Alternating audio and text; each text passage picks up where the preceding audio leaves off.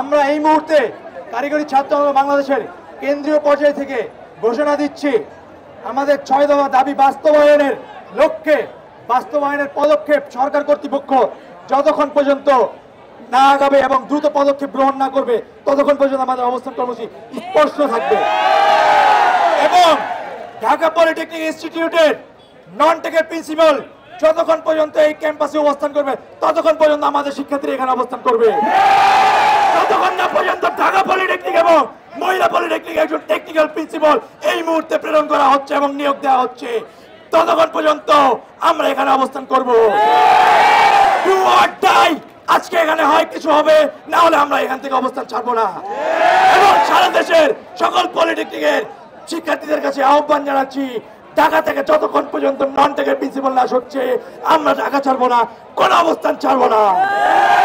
আজকে যে সকল সন্ত্রাসীরা ছাত্রলীগের ন্যায় আমাদের উপর হামলা করেছে ক্যাম্পাসে, তাদের স্থায়ী বহিষ্কার না করা হলে একটা শিক্ষার্থী এখান থেকে যাবে না।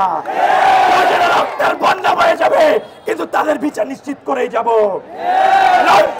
টেকনিক্যাল, অবশ্যই টেকনিক্যাল ব্যক্তি যতক্ষণ না পর্যন্ত আমাদের এই প্রিন্সিপাল অপসারণ হচ্ছে, সরকার কর্তৃপক্ষ সরকারের সর্বোচ্চ পর্যায় থেকে আমাদের এখানে যতক্ষণ না অবধি একজন টেকনিক্যাল প্রিন্সিপাল প্রেরণ করা হচ্ছে ততক্ষণ পর্যন্ত আমরা কোনো প্রকার নেগোসিয়েশনে যাব না।